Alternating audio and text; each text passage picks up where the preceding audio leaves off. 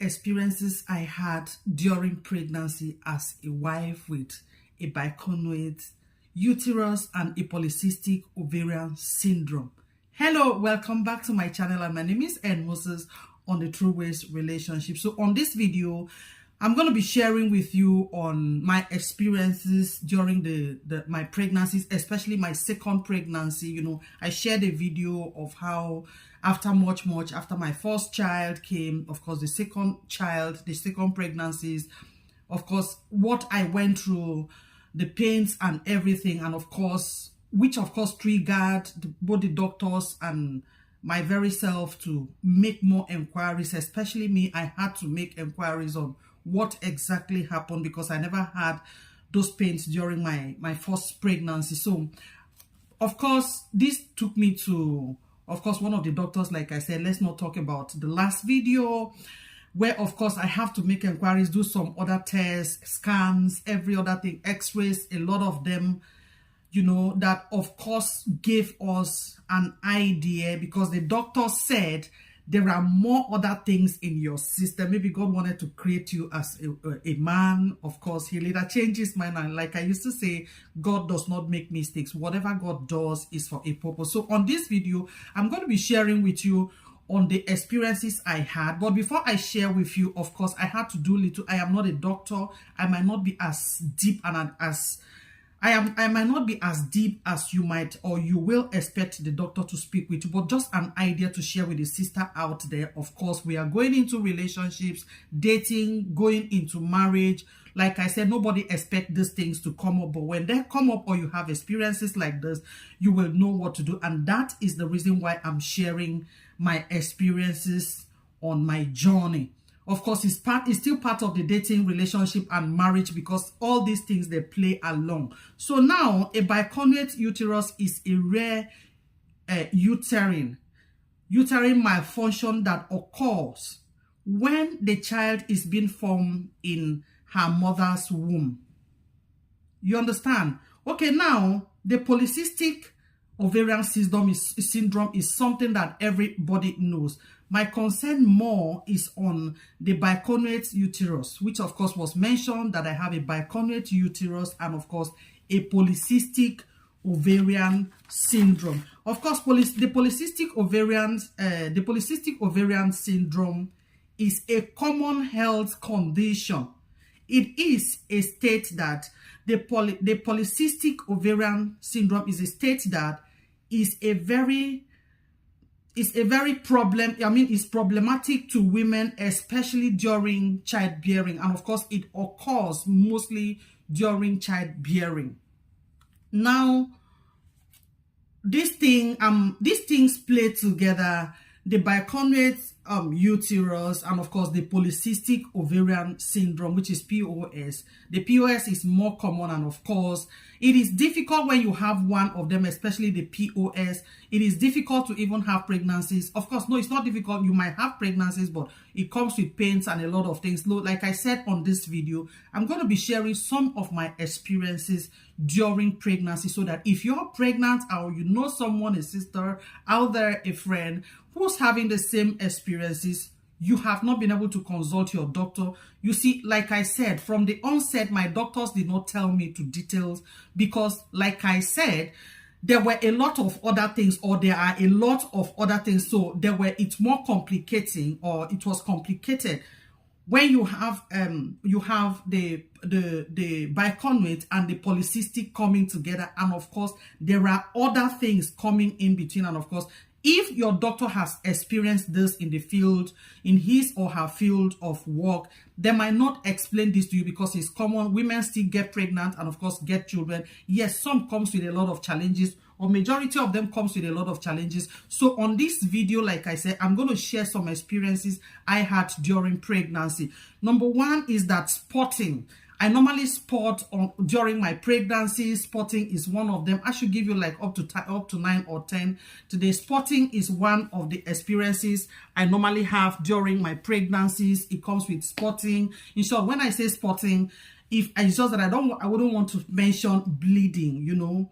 vaginal bleeding here. So it's better I call it spotting, because like that second pregnancy, I spotted or I bleed for about 6 to 7 months before at some point it stopped, you know. So it was full of bleeding and all that and all that. And of course the second one is you know, I had this I lost appetite. I have this loss of appetite, which of course oftentimes I don't feel like eating, even when I, most times I was always going on fruits, you know. And of course you need food as a pregnant woman to really survive and keep your pregnancy. So it was always coming with a lot of loss of appetite. And of course the next one is that it was full of pain. It was terrible, it was full of pains.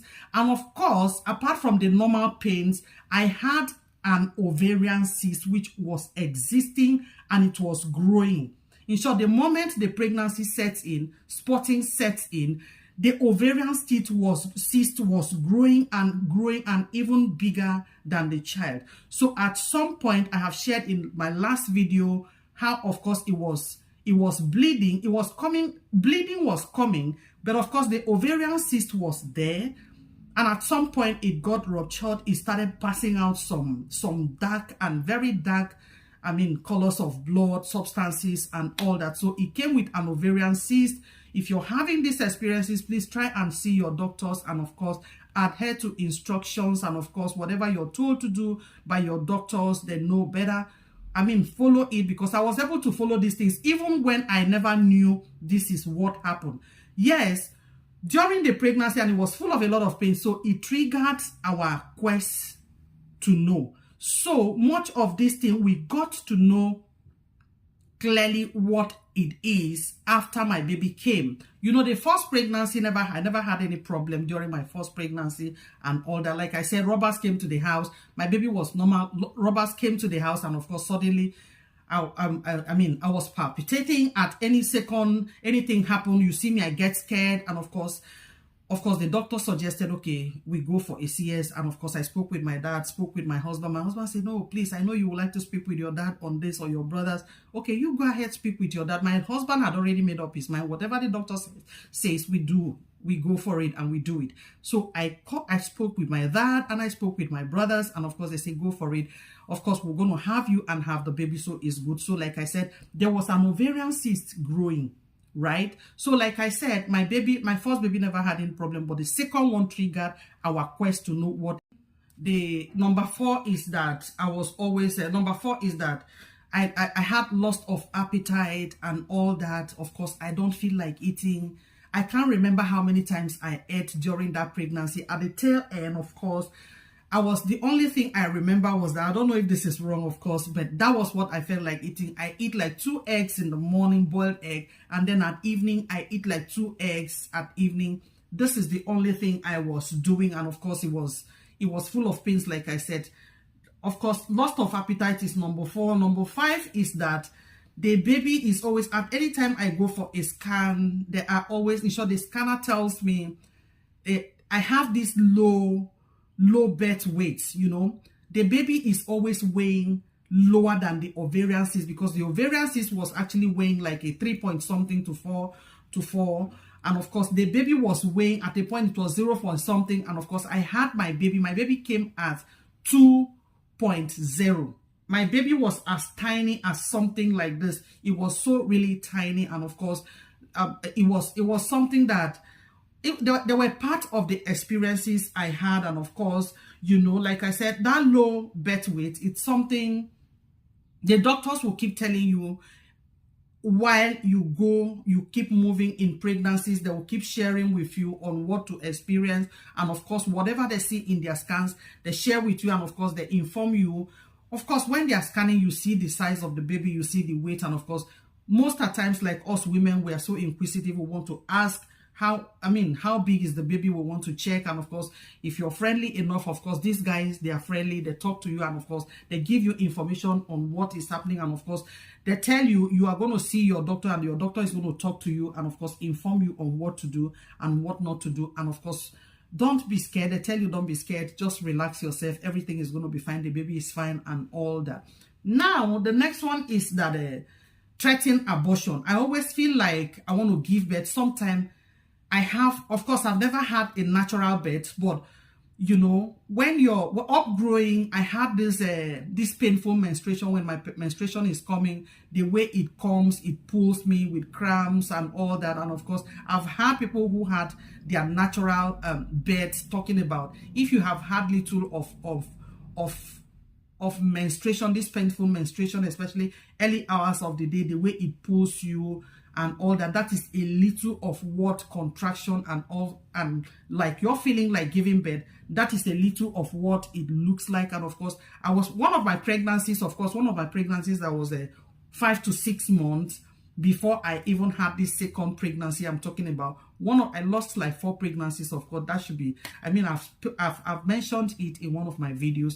So that very pregnancy was 5 to 6 months, about 5 months and a week. And of course, when the pregnancy came down, I was privileged to, I was induced, I was given an injection because the doctor told me it was not viable, the baby was no longer strong, that the best bet was to take out the baby so that you know, the best bet was to take out the baby, right? So I was given an injection, so I had that opportunity of testing what childbearing is. The natural childbearing is painful. I can say it any day, anytime. The only thing with the CS we had is that you have an aftermath where, of course, your stomach and all that. But apart from that, the natural birth, of course, is painful, is so painful and all. And not to scare anybody, is a natural thing, it's something God has created. It's something that every woman pass through it. And of course, when you turn back and see your baby, the pain, those seconds, those hours pains, they disappeared naturally, and of course,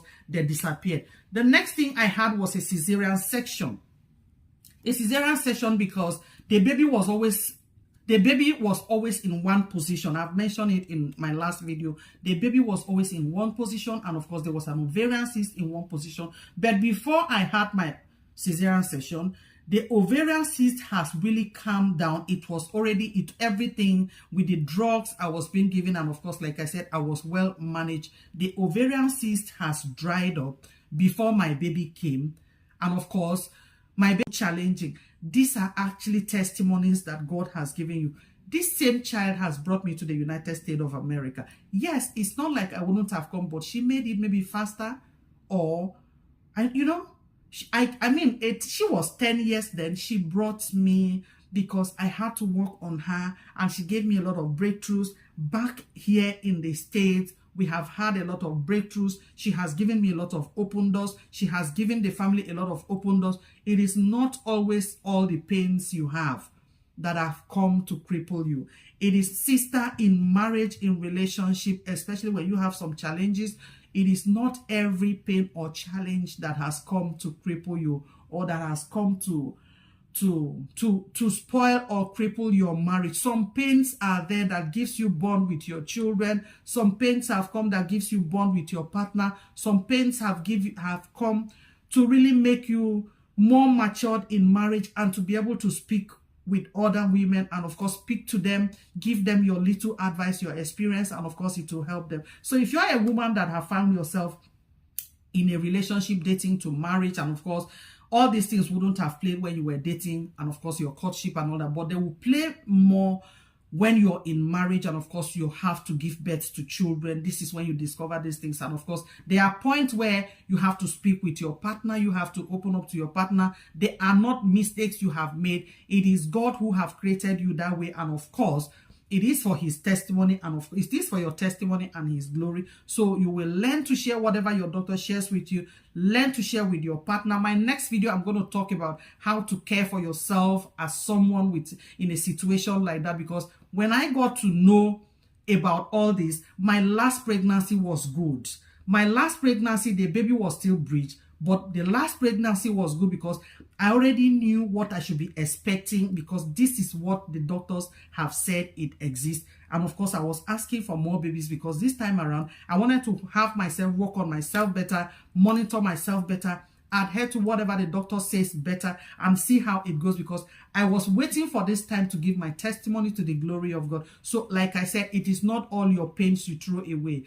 some of your pains have come, that you will learn from them, and of course be a teacher to someone. Especially we women, we are going through a lot. We need to talk to ourselves. We need to be part of each other, encouraging each other with our testimonies and our experiences in life, just to help someone. So if you have been watching my videos and of course you have not subscribed, and of course this content you feel my content is good for you, this is not like digressing from what I'm supposed to do. My content here is dating, relationship, and marriage.